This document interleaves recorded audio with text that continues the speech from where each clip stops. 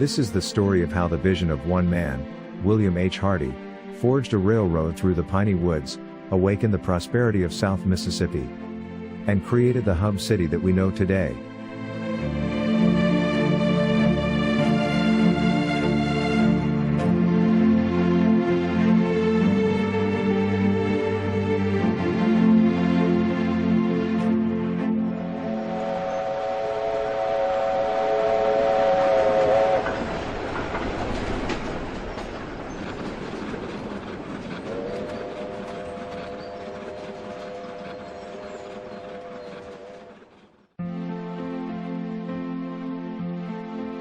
In the years following the Civil War, two men who had fought on opposite sides joined together to create a railroad that sparked the timber boom of South Mississippi.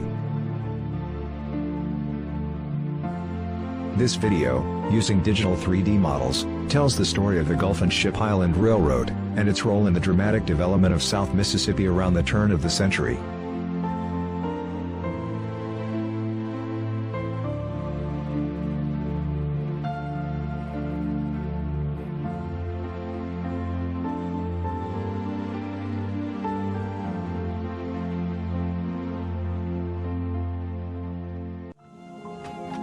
In the late 1800s, South Mississippi was still a vast wilderness of tall, long-leaf, yellow pines.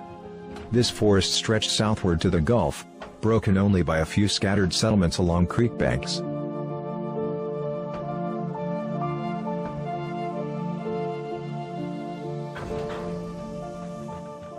As the forest thinned out near the coast, the waters of the Gulf could be seen. Ship Island was visible on the horizon. Ship Island had been a deep-water anchorage for ships since the 1600s.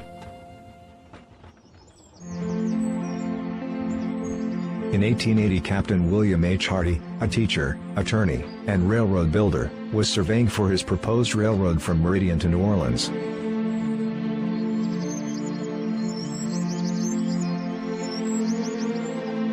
During a lunch break on the banks of Gordon's Creek, in what was to become Hattiesburg, he spread before him a map, and drew a line southward, to what is now Gulfport. Ship Island lay some 10 miles away.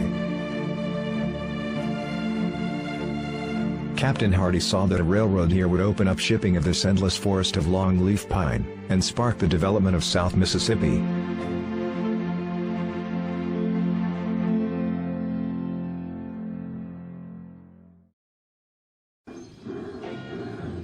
In 1887, Hardy secured funding for his Gulf and Ship Island Railroad, and his crews began clearing land from the coast toward Hattiesburg. The railroad slowly forged its way northward, as trains transported men, equipment, and supplies to the construction site each day.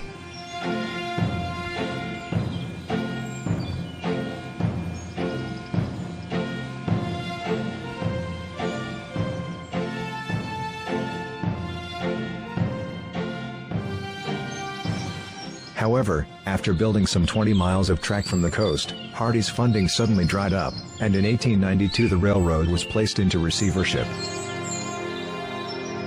The track lay unfinished and dormant for a long period.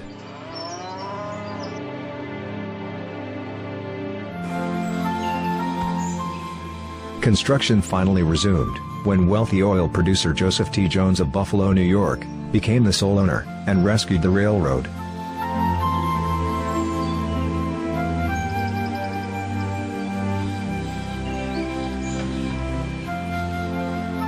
Hardy was no longer president, but remained active in the railroad as a board member. Hardy's original vision was completed in 1896, when the railroad reached Hattiesburg, which he had founded and named after his wife Hattie.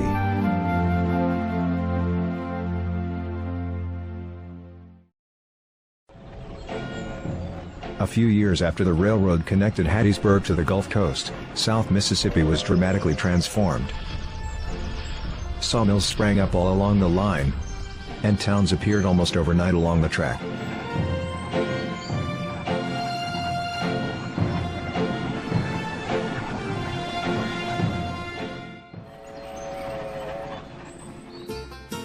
One of the first developments along the new track was Lyman, Mississippi.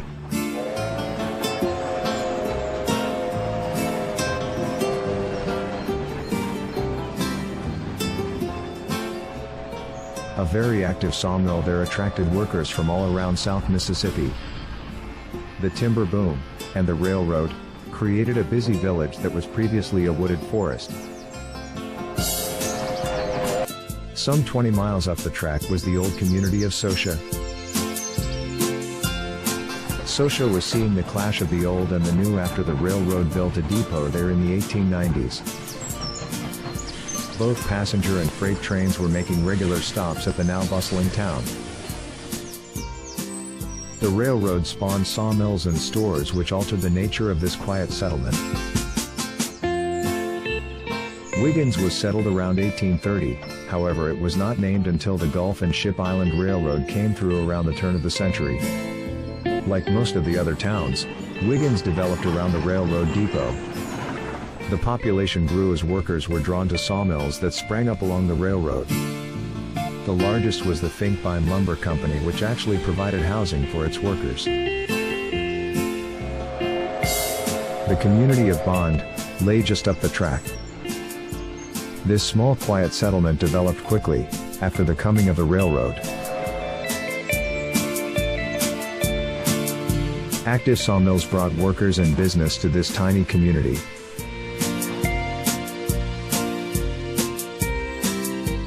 The small Methodist church, that was formed in the 1880s, is still active today. John and Sam Perkins, two of Brooklyn's early settlers, watch as a passenger train thunders across the trestle at Black Creek, just outside Brooklyn.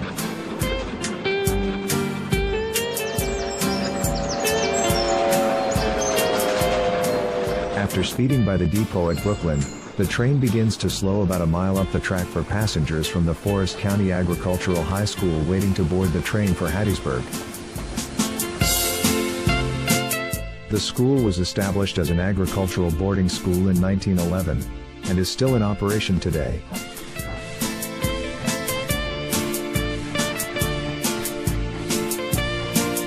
The train pulls away from the school, headed toward Hattiesburg, the hub city, which was the starting point of Hardee's vision to build a railroad to the coast.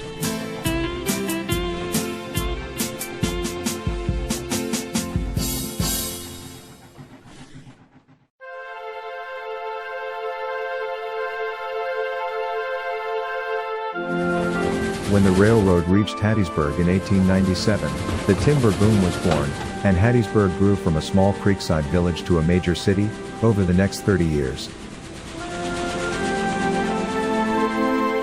Most of what is considered to be downtown Hattiesburg today was constructed during the first part of the 20th century. The first major church established in Hattiesburg was First Baptist, around 1884. It stood for years at the corner of Main and Bushman Streets. The area that it occupied for so many years is now a city park.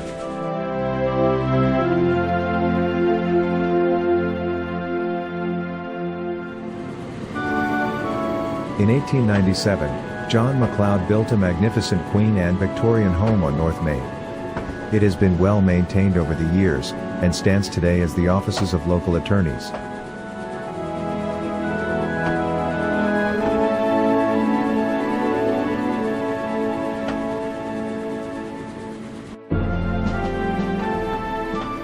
The first bank, the National Bank of Commerce, opened on Main Street in 1895. Built in 1897, the Klondike was Hattiesburg's first hotel. It was later called the Mitchell Hotel. Then, before its destruction in 1979, everyone knew it as the Leaf Hotel. The second major residence in Hattiesburg was built in 1898. This was the home of W.S.F. Tatum, known as Will, a timber magnate, who was later mayor of Hattiesburg. This impressive structure was known as the Tatum Mansion, until its demolition in 1965, to make way for a motel. The tremendous growth of downtown Hattiesburg began around the turn of the century, and did not let up for the first quarter of the century. Around 1902, Citizens Bank was established here, at the corner of Main and Front, and later relocated to the corner of Main and Pine. This neoclassic building stood prominently at the center of town until it was demolished around 1995. The new county tax assessor's office now occupies that space. The early 1900s saw the construction of many buildings in the downtown area. The T.J. Jackson Building and the neighboring Bufkin Codenhead Drugstore were built on Main Street around 1900. The sixth-floor Carter Building was built in 1904, at the corner of Main and Front. The building was named after John Prentice Carter, Lieutenant Governor at the time. It now has been transformed into thriving downtown apartments. Around this same time, the Merchants Company was founded. They built their massive warehouse beside the Gulf and Ship Island Railroad tracks in downtown Hattiesburg. Now some 118 years later, they are among the 12 largest food service distributors in the country.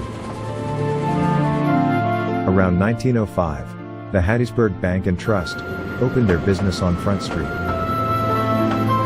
This stately building is now home to the Mississippi Center for Legal Services. After the turn of the century, the progress brought about by the Gulf and Ship Island Railroad was felt throughout the southern part of the state. Captain Joseph T. Jones, now the owner of the railroad, built a deep water port and established the Great Southern Hotel at the origin of the railroad in Gulfport. In 1906, he extended his progress to Hattiesburg, where he built the luxurious Hotel Hattiesburg next to his Gulf and Ship Island Railroad tracks, in downtown Hattiesburg. When viewed from above, it seems that the unusual geometry of the hotel and the adjacent powerhouse were designed to accommodate the angle of the tracks. The hotel was a bustling enterprise, and also served as the passenger depot for the railroad. Here a Gulf and Ship Island passenger train arrives from Gulfport, to pick up passengers headed to Jackson, or other points north of Hattiesburg. As the Gulf and Ship Island train entered Hattiesburg, passengers were greeted by the view of the Bay Street Presbyterian Church on their right. This French Gothic Revival-styled structure was erected in 1906. It still stands today as a Hattiesburg historic icon. Several new buildings appeared in 1907. The Kennedy Building was home to a couple of retail stores and offices upstairs. Later it became the meeting venue of a Woodman of the World Lodge. That same year, the Owl Drugstore opened. The lunch counter was a destination for shoppers and downtown workers for many years. Today it is home to Mackenzie's Antiques. This three-storied building on East Front was erected as an Oddfellows Lodge, around the turn of the century. It was restored around 2008, and today is known as the Oddfellows Art Gallery. The 5-floor Ross Building, at 201 East Front, was built by Dr. T. E. Ross in 1907. The building was renovated in 2005, and today, houses downtown apartments.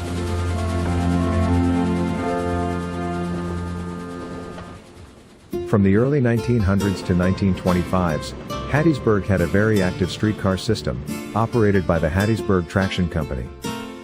8 miles of track, and 12 trolley cars radiated from downtown to outlying areas.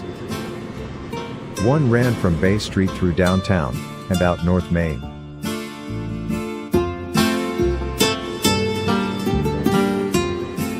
Another ran through downtown, from the Mobile Street area, and out West Pine, to Hardy and beyond.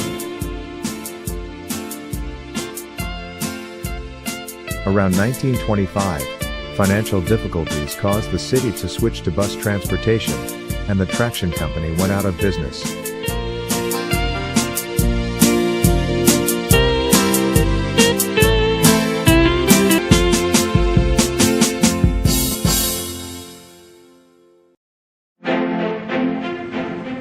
In 1908, the growth of Hattiesburg continued, when the Heidelberg Building was constructed. It still stands today as the offices of attorneys. During the 1950s it was the site of a Ben Franklin variety store. During the same year, Comp Equipment built this sturdy, neoclassical revival structure, on East Pine. Comp supplied area contractors with industrial tools and building supplies, for about 60 years at this location. Today, The building is being repurposed for downtown apartments.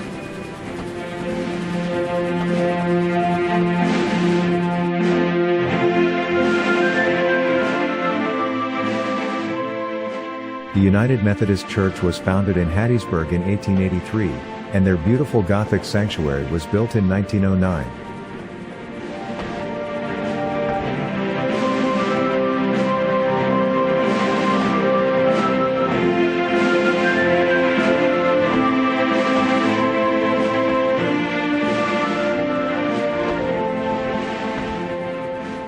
The church has served its congregations for over a century, and its tower stands as a beacon over downtown Hattiesburg. The Lamar School was built for lumber company families at the corner of Bowie and East 7th. It served from 1908 to 1967 when it was demolished.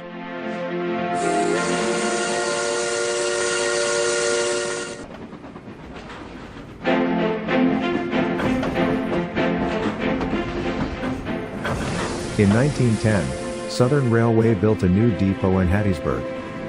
This impressive Italian Renaissance-style depot served passengers to and from New Orleans and Meridian.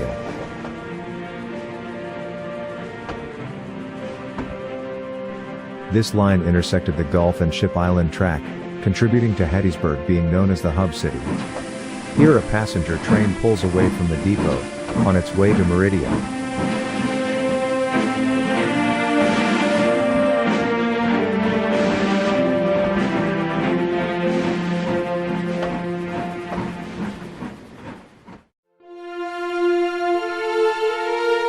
In 1908, the legislature carved out a new county from the western portion of Perry County, and named it Forest, after the now controversial Confederate general, Nathan Bedford Forrest. Hattiesburg had reached a population of over 20,000, and was named the county seat. This of course, required a courthouse. And in 1910 the county built an impressive neoclassical revival structure.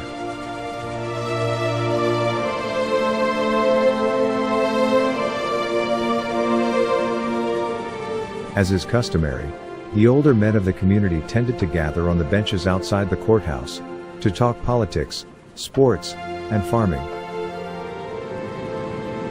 The original Confederate monument still stands beside the courthouse today.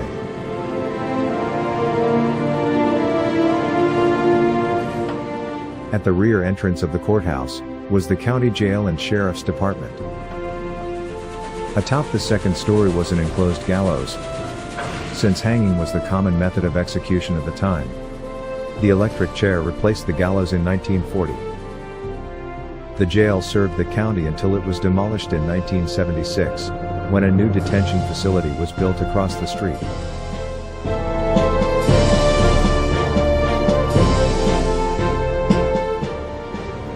The courthouse has been remodeled several times over the years, and today houses the circuit court.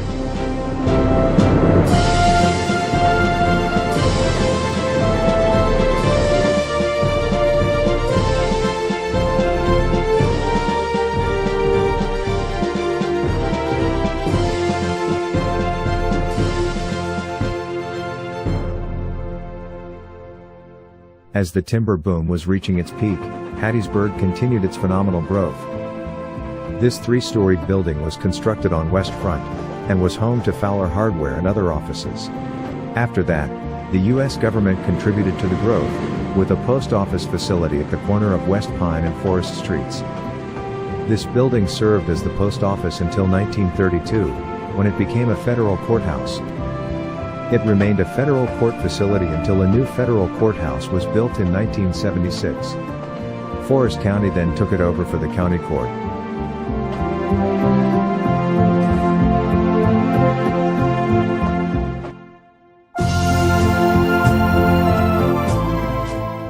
Due to the fact that Hattiesburg had several rail lines and highways radiating out from it, like spokes on a wheel, to major cities in the south, it was dubbed the Hub City. In 1912, a large lighted sign was designed and constructed atop the Ross Building, that depicted Hattiesburg's location as the Hub City. The sign was positioned so as to greet railway passengers arriving from out of town. Although the large sign is gone, Hattiesburg still proudly maintains the nickname, the Hub City.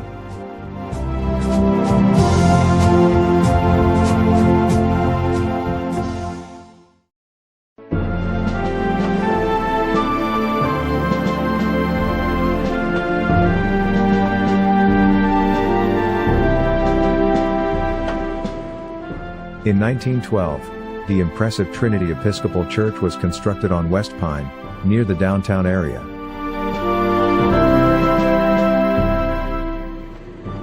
This church was modeled after a Knights Templar church in London, which was built in the 12th century.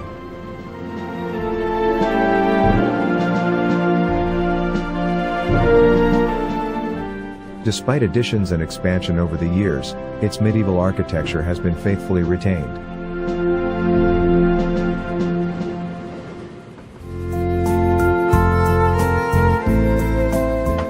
In 1913, Hattiesburg completed the new YMCA building, on the corner of North Main and New Orleans Streets.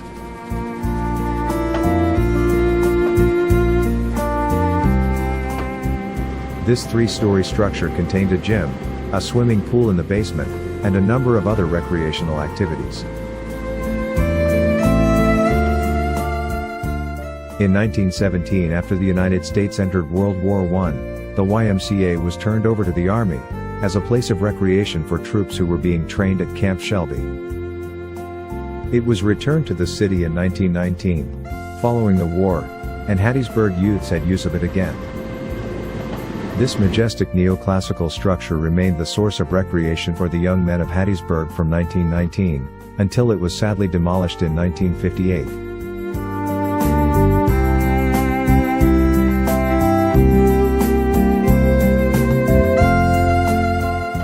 The Coca-Cola Bottling Company opened its operation on Mobile Street in 1915. It remained in operation here until 1960, when it transferred to a new facility. Today, it is a fashionable venue for weddings and other events.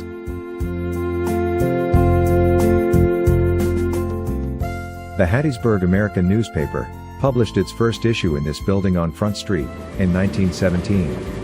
It continued operation in this building until 1972, when it moved into a new facility on North Main. The paper sold the building in 2014. Now it is the Hattiesburg Community Arts Center. The McInnes Building, at the corner of East Pine and Main, was established in 1918. For many years it was the home of a long-established menswear store in the downtown area.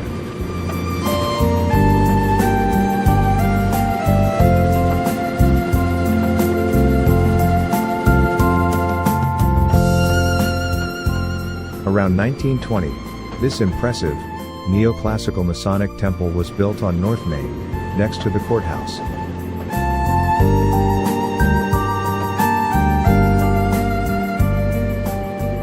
Like many other buildings in town, it was designed by Robert E. Lee, a Hattiesburg architect.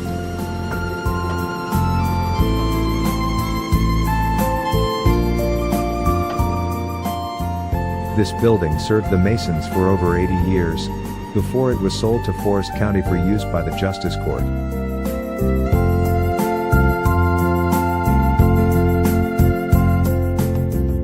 The Barron Motor Company, a Ford dealership, opened their business across from the courthouse in 1920. They remained in business there until 1928, when Sears Roebuck and Company took over the building.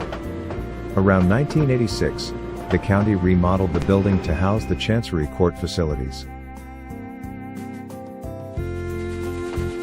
In 1921, the city once again called upon prolific architect, Robert E. Lee, to design this new version of Hattiesburg High School. Due to the phenomenal growth of the city during the timber boom, the student population had outgrown the original high school, which was built in 1912.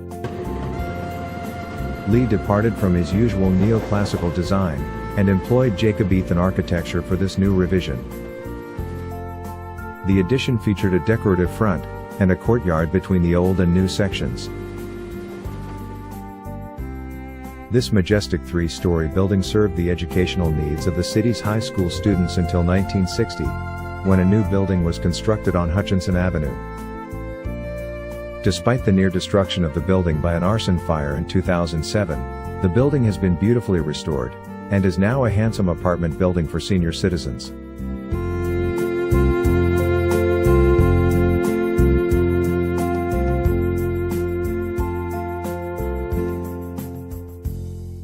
Across town, Eureka's principal, W.H. Jones, was instrumental in the construction of the first modern brick school for African Americans in the city. The new structure replaced the old one-room building, and provided an educational and social venue from 1921 to 1987. Today, it is the location for Hattiesburg Civil Rights Museum. No discussion of Hattiesburg is complete without acknowledging the influence and leadership of W.S.F. Tatum. Known as Will, he came to Hattiesburg from Tennessee in 1893, and established his lumber company in the Bonhomie area near Hattiesburg. After bringing much prosperity to the city, he was elected mayor in 1922, and in 1928. He was responsible for much of the growth of Hattiesburg during his era of leadership. Hattiesburg City Hall was built in 1923, shortly after he became mayor. This impressive neoclassical structure was designed by none other than Robert E. Lee, and though modified somewhat, still stands today as the city's seat of power.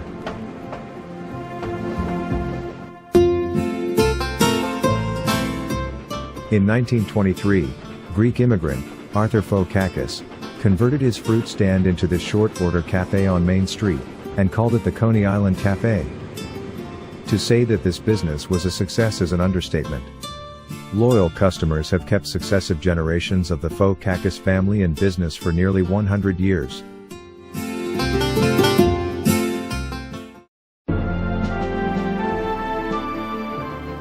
Hercules Powder Company, of Wilmington, Delaware, built a new plant on 7th Street in Hattiesburg in 1923.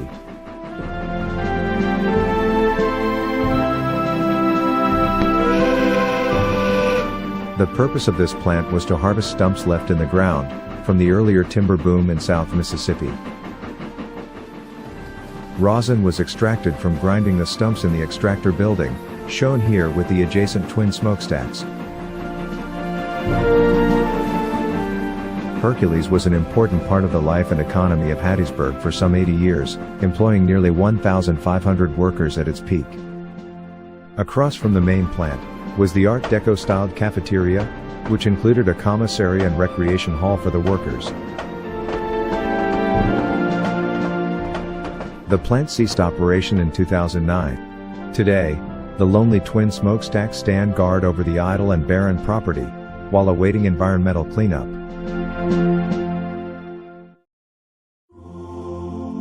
Sacred Heart Catholic Church was erected here on the corner of Southern Avenue and Walnut Street in 1927. The original wooden structure was built in 1890 and burned in 1900. This magnificent Gothic revival structure has served its members for nearly 100 years.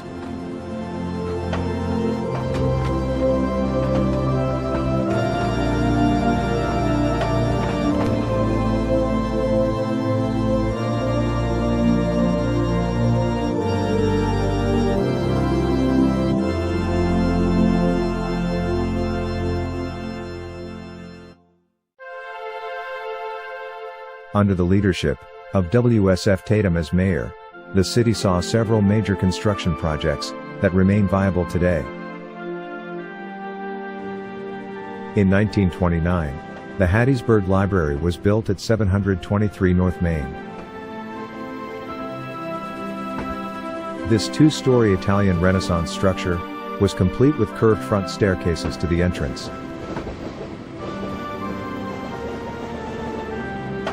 This library served its Hattiesburg patrons until 1995, when a new public library was built on Hardy Street. Also in 1929, Tatum helped to bring about the construction of the Forest Hotel, the tallest building in downtown Hattiesburg. This impressive 9-story building was an Art Deco design and towered over the rest of downtown. The hotel contained 150 rooms and a coffee shop, and remained active until the late 1980s. when it was purchased by the Magnolia Bank. Shortly after the Forest Hotel was completed, construction began on the Sanger Theater next door. The Sanger seats nearly 1,000 people, and was one of the few movie palace theaters in the Southeast. Silent movies were still common at this time, and a large pipe organ provided music for the audience. Like the Forest Hotel, it featured Art Deco-style architecture, and brought first-run movies to Hattiesburg. The Sanger was renovated in 2000, and now provides a variety of entertainment and cultural events for the community. In 1932, during Tatum's tenure, the S.H. Kress Company built this attractively designed Art Deco-styled building, at the corner of West Front and Main. This famous department store provided a variety of goods to downtown shoppers until about 1975, when Kress began to close their stores across the nation. In the 1980s, the building was renovated for use by the Deposit Guarantee National Bank. Although it is vacant today, it is being considered for downtown apartment living. In 1934, the U.S. Post Office was built at the corner of West Pine and Forest Street in Hattiesburg. Mayor Tatum was on hand to deliver the dedication speech, to open this majestic Art Deco federal landmark. This stalwart granite and limestone structure still serves the postal needs of downtown Hattiesburg. This building on South Main further illustrates Tatum's influence in Hattiesburg. This was headquarters for two of Tatum's enterprises, the Bon-Homie and Hattiesburg Southern Railroad, and the Wilmette Gas and Oil Company, formed in 1934. Interestingly, the name Wilmette came from Tatum's first name, Will, and the last three letters of Tatum, spelled backward. In the background, a Gulf and Ship Island passenger train passes the Bon-Homie Railroad warehouse, heading north toward Jackson.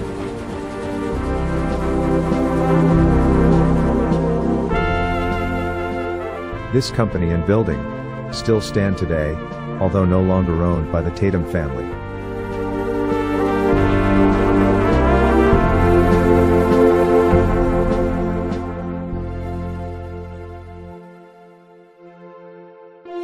In 1910, Dr. J. E. Hewlett opened his undertaking company beside the courthouse in downtown Hattiesburg. In 1933, he built this attractive Elizabethan-styled funeral facility on Bay Street, overlooking historic Gordons Creek. The unique styling of this business, and its location on a hill, has made it a long-standing icon in the Pine Belt area. The Hewlett Winstead Funeral Home is still active today, and has served the funeral needs of this area for some 90 years.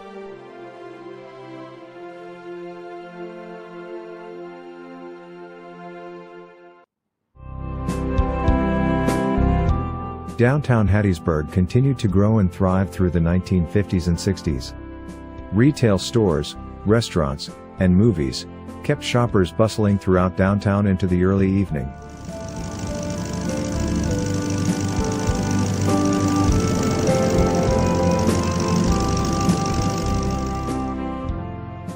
However, in the mid-70s, many of the downtown retailers began an exodus to outlying shopping centers, leaving a vacated appearance to the downtown area.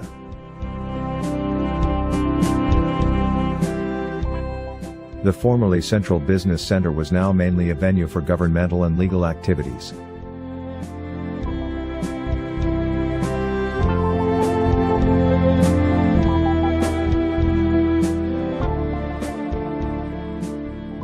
Fortunately, revitalization efforts over the past 20 years have resulted in significant downtown changes, bringing new residential reconstruction, restaurants, and cultural venues to the downtown area.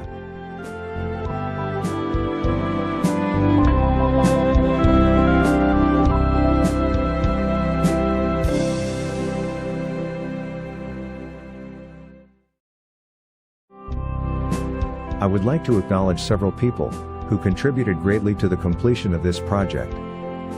First, is Ross Walton, producer at the USM Center for Oral History and Cultural Heritage.